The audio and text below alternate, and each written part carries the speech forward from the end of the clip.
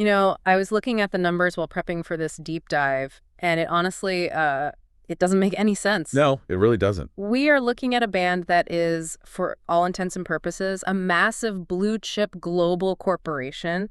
They move units like Walmart. They have a logistics team that rivals the military. It is a staggering operation. I mean, just look at the sales figures. Their self-titled Black Album recently surpassed 20 million copies sold in the U.S. alone. 20 million. Yeah.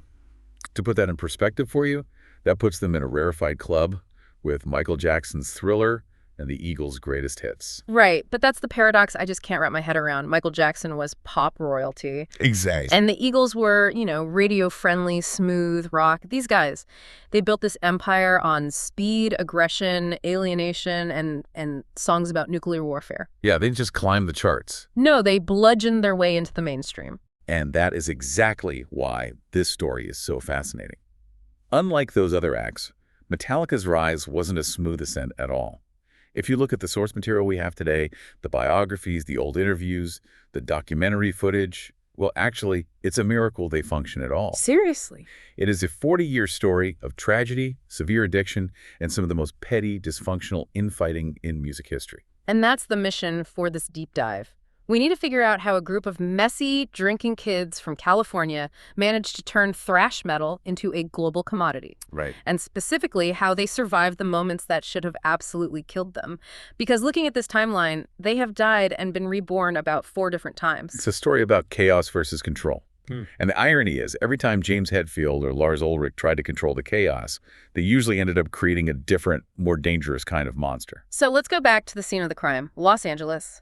October 1981. It starts with a classified ad, right? Specifically in the recycler. Drummer Lars Ulrich puts out an ad looking for people to jam with. It's just a standard newspaper ad. Exactly. James Hetfield answers it. They meet up, they recruit a few others, and the entity known as Metallica is born. Yeah. But almost immediately, they run into a cultural wall. The geography problem. Yeah. Because L.A. in 1981 was not the place to be if you wanted to play fast and dirty. Not at all. The Sunset Strip was completely dominated by hair metal. Right. Think Mötley Crüe, Rat, Poison. It was all about the image, the spandex, the makeup, the hairspray. Oh, glam. Yeah. The music was almost secondary to the look and the party. And Metallica was definitely not that. They were the complete antithesis of that. They were ugly, they had acne, they wore denim and leather, and they played faster than anyone else. They hated the posing. Which actually leads to their first major power struggle. They desperately wanted this bass player they saw playing at a club. A guy named Cliff Burton. Cliff is such a pivotal figure here. He was playing in a band called Trauma at the time. Yes, and he was already a star in the underground scene. But when Lars and James asked him to join, Cliff gave them an ultimatum. A huge ultimatum. He basically said, I will join your band, but I am not moving to Los Angeles. You have to move to me. Because he lived in the San Francisco Bay Area. Right. That is a massive power move. I'm the bass player, move the whole company for me. And they did. They packed up a U-Haul and moved to San Francisco. Wow. And it turned out to be the best decision they ever made because the Bay Area crowd actually appreciated the aggression of the music. It became their spiritual home. But even after the move, they had a highly volatile element in the band. The original lead guitarist, Dave Mustaine. Oh, man, the Dave Mustaine saga. Sure. This is the stuff of legend. Now, the sources are pretty clear that the whole band drank heavily. I mean, they were nicknamed Alcoholica for a reason. Very true. So I have to ask, how much do you have to drink to get fired from that band? It wasn't just the quantity. It was the personality shift. The biographies describe Mustaine as a violent drunk. When he drank, he didn't just get sloppy, he got mean. He would pour beer into the bass player's pickups. He'd get into physical brawls with James Hetfield. It ceased to be fun chaos and became dangerous. But the way they fired him, reading about it, it feels so cold. It's almost corporate in how ruthless it was. It really was. So it's April 11th, 1983. They are in New York, sleeping on the floor of a rehearsal space, getting ready to record their first album. The debut album. Right. Mustaine is sleeping off a hangover. At 9 in the morning, Hetfield, Ulrich, and Cliff Burton wake him up. There's no intervention, no warning, like, hey, you need to tone it down. Just done. They just tell him, you're out. And they didn't even buy him a plane ticket. No. They handed him a bus ticket. A Greyhound bus ticket back to California from New York. Yeah. That is a 4-day ride. Imagine that.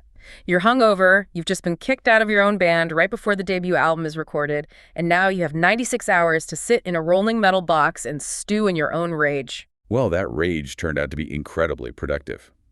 Here's where the story branches. On that bus ride, Mustaine found a handbill, a political flyer, from Senator Alan Cranston. Okay. It was talking about nuclear weapons stockpiles, and it used the phrase, the arsenal of Megadeth. Oh, wow. Mustaine saw that word, Megadeth, and decided right there on the bus, I'm going to start my own band. I'm going to be faster, heavier, and more technical than them. And thus, Megadeth was born. Pure spite as a business model. It is a very powerful motivator. Clearly. Meanwhile, Metallica didn't miss a beat. They hired Kirk Hammett from the band Exodus that exact same afternoon. And this lineup, Hetfield, Ulrich, Burton, and Hammett, sets the stage for what many consider their artistic peak. The Cliff Burton era. We have to talk about Master of Puppets. The Library of Congress actually selected this album for preservation. That's how culturally significant it is. It is the definitive thrash album, released in 1986. And you have to understand, this sold 500,000 copies with 0 radio airplay and 0 music videos. None at all. It was 100% organic word of mouth. Kids were treating cassette tapes in school hallways. And the music itself, it wasn't just noise. I was reading about the track battery. It starts with this beautiful acoustic guitar before it just rips your face off. Right. Or the instrumental Orion. That sophistication came largely from Cliff Burton. He had a background in classical music theory. He didn't play bass like a rhythm player who just stands in the back. He was up front. He used wah pedals, distortion, he played lead lines. In Orion, there's a section that sounds like a classical waltz. That is all Cliff on the bass.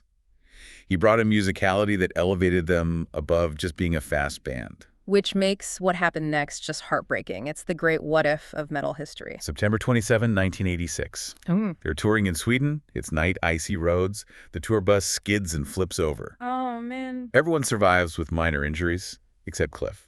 He's thrown from his bunk and crushed by the bus. He died instantly. They were just breaking through. They were kids, really early 20s. How do you even process that? They didn't. And this is crucial to understanding the next 15 years of the band. They didn't go to therapy. They didn't take a break. They decided the best way to honor Cliff was to keep going immediately. Just push through the trauma. Yeah. They auditioned over 40 people and eventually hired Jason Newsted from Flotsam and Jetsam. But this wasn't a happy welcome, was it? This is a part of the outline that really stood out to me.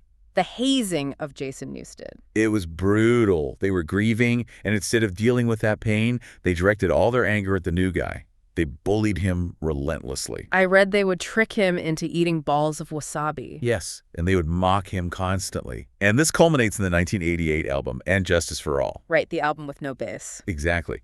If you listen to that record, it is dry, tinny, and the bass guitar is turned down so low it is inaudible. It wasn't a technical mistake. Not at all. It was a hazing ritual. They literally erased him from the record. That is so psychologically twisted. Join our band, but we're going to make you invisible. It showed that while the band was getting bigger, the internal dynamic was broken. They were winning commercially. I mean, Justice was huge, but they were miserable. And the songs were so dense. The songs on Justice were incredibly long and complex. They were playing 10-minute songs every night, and they were exhausted. Which sets the stage for the biggest pivot in their career, the Black Album in 1991. This is where they go from being a big metal band to being a global phenomenon.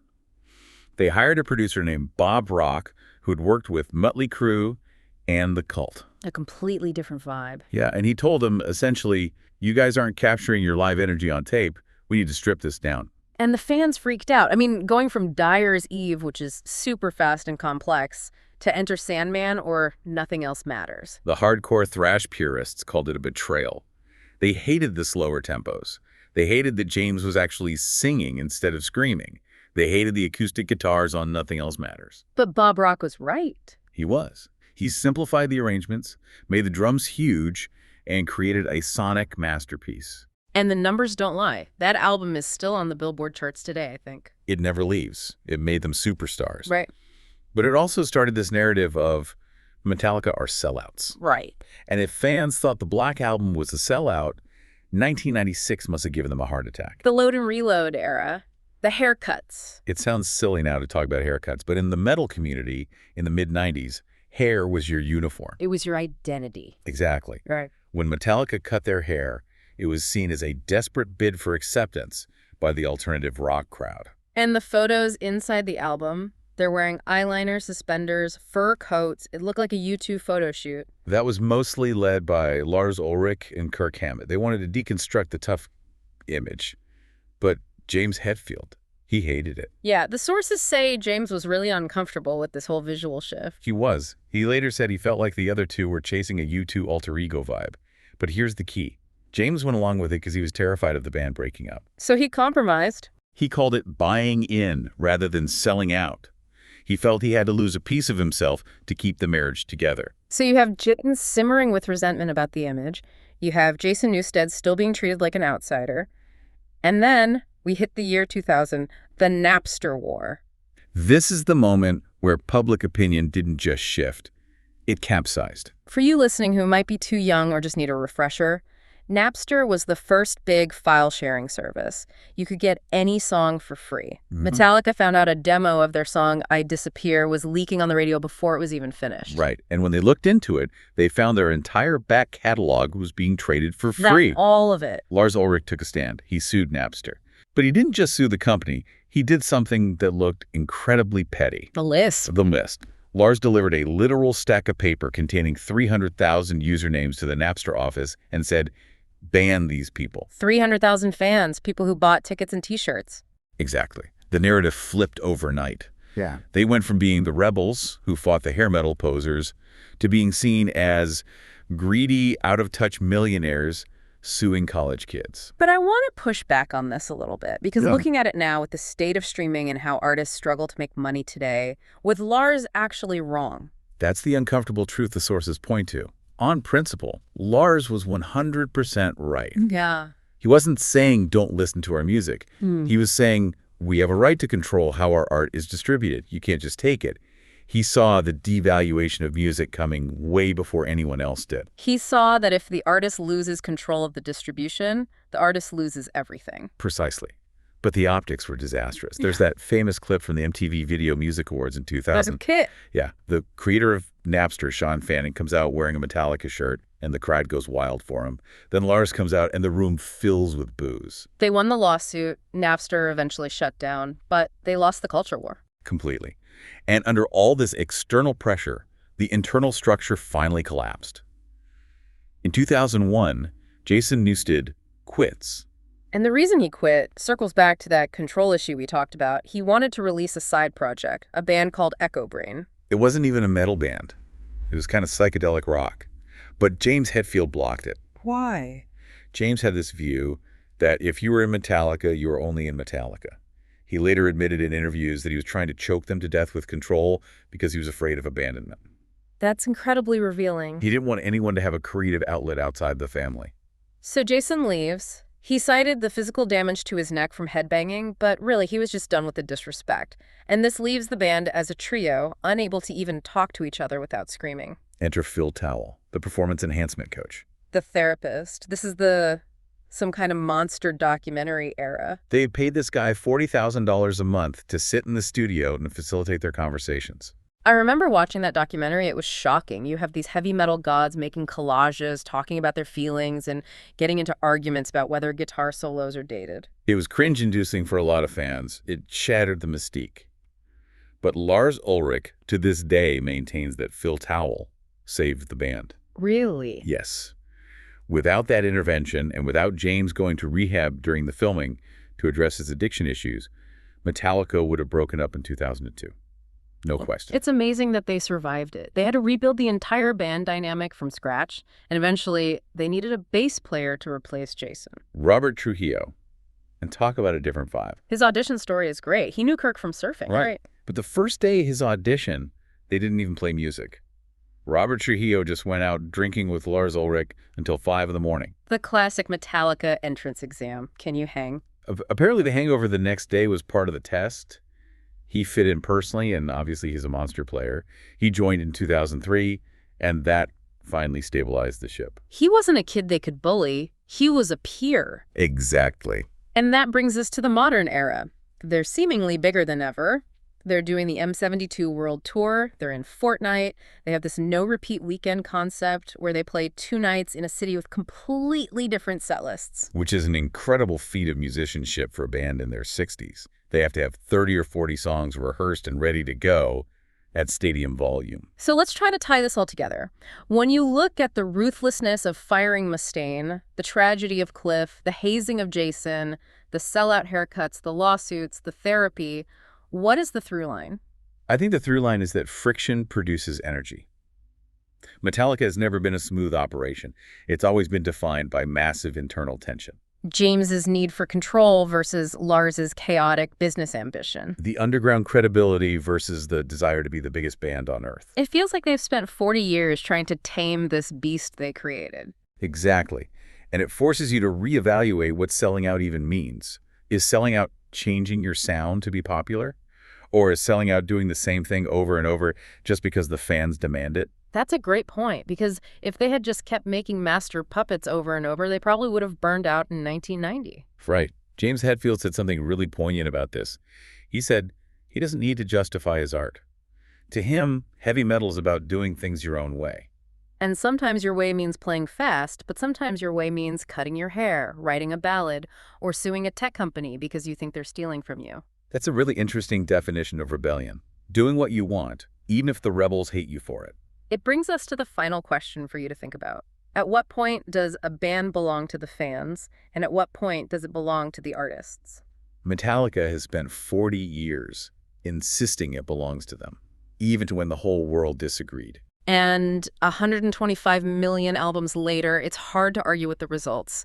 They are the monster that survived its own chaos. Thanks for diving in with us. Catch you on the next one.